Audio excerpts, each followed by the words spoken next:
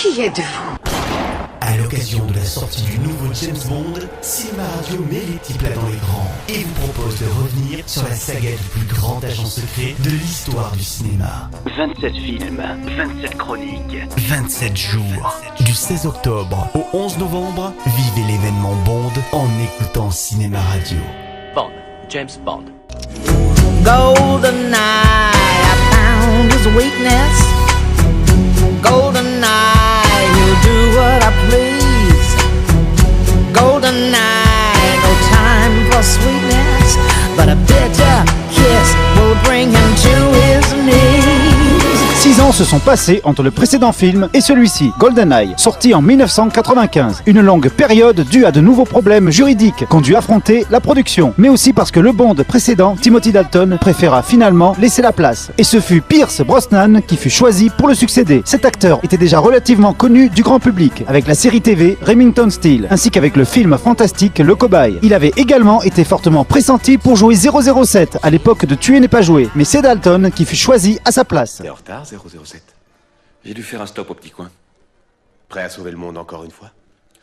Après toi, 006. Cette pause permit également à la série de se réinventer et surtout de s'adapter à la situation géopolitique qui avait considérablement changé avec l'effondrement du bloc soviétique. La place de la femme dans la série était également réévaluée, ce qui fit que M, le supérieur de Bond, est dorénavant joué par la grande Judi Dench, qui est devenue au fil des années un élément primordial de la série, vu qu'elle tint ce rôle jusqu'en 2012. Vous ne m'aimez pas, Bond. Vous détestez mes méthodes. Vous me prenez pour un grouillot. L'idée m'est venue à l'esprit. Bon. Moi, je vous trouve sexiste, misogyne et dinosaure. Une relique de la guerre froide, dont le côté puéril et charmeur sans effet sur moi a beaucoup plu à cette jeune femme que j'ai chargée de vous évaluer.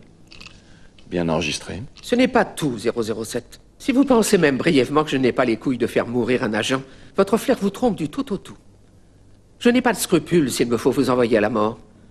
Mais je n'agis pas par caprice. Même quand je vois votre attitude cavalière envers la vie. Dans ce film, Bond doit affronter des fantômes du passé, à savoir le colonel Ourumov, qu'il avait combattu 9 ans plus tôt et qui avait fait tuer son ami Alec, l'agent 006. Pour l'Angleterre, James! Et s'il vous arrive de croiser Ourumov, coupable ou pas, je ne veux surtout pas que vous vous livriez à une vendetta.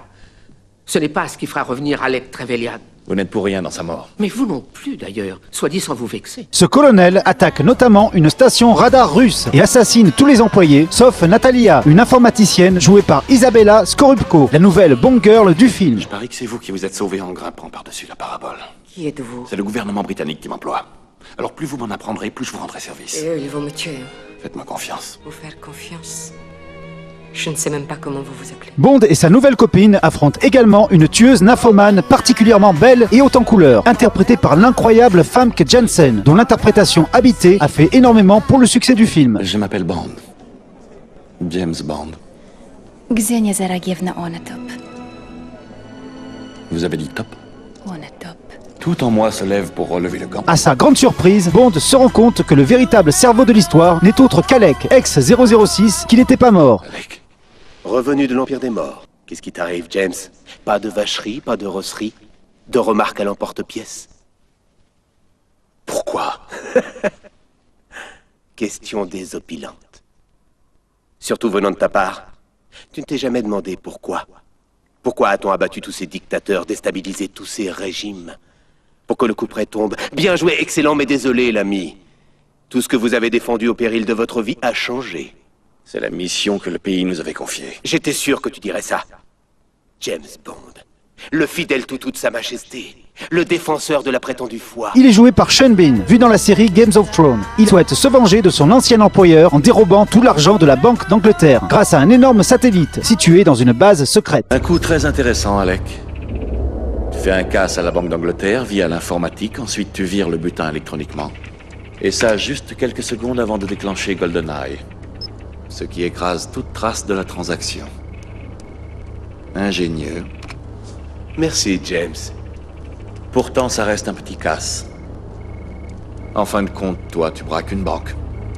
Tu n'es rien de plus qu'un banal voleur. GoldenEye est une réussite quasiment totale, qui renoue avec la tradition des grands bonds. Et grâce à l'excellent réalisateur Martin Campbell, la série s'adapte également au style visuel du milieu des années 90, avec une mise en scène beaucoup plus nerveuse et viscérale qu'avant, tout en gardant intacte l'âme de la saga. Et l'âme, ce sont bien sûr ces séquences d'action délirantes et exagérées, mais très souvent filmées dans les conditions du réel, comme celle où Bond saute d'une falaise en moto et réussit à pénétrer dans un avion en chute libre. Ou encore la célèbre poursuite de chars militaires dans les rues de Saint-Pétersbourg, scène à la fois palpitante et symbolique de la chute du communisme. Bien, maintenant, concentrez-vous, 007. Primo, votre nouvelle voiture. BMW du coup de rein, boîte à 5 vitesses, radar omnidirectionnel. Excellent.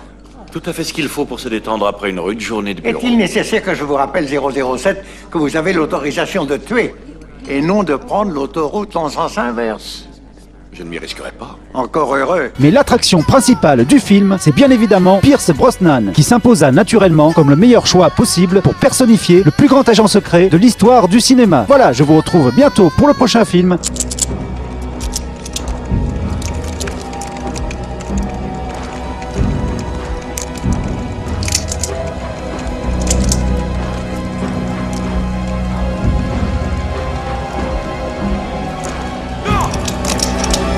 Donne-moi les couronnes, Natalia!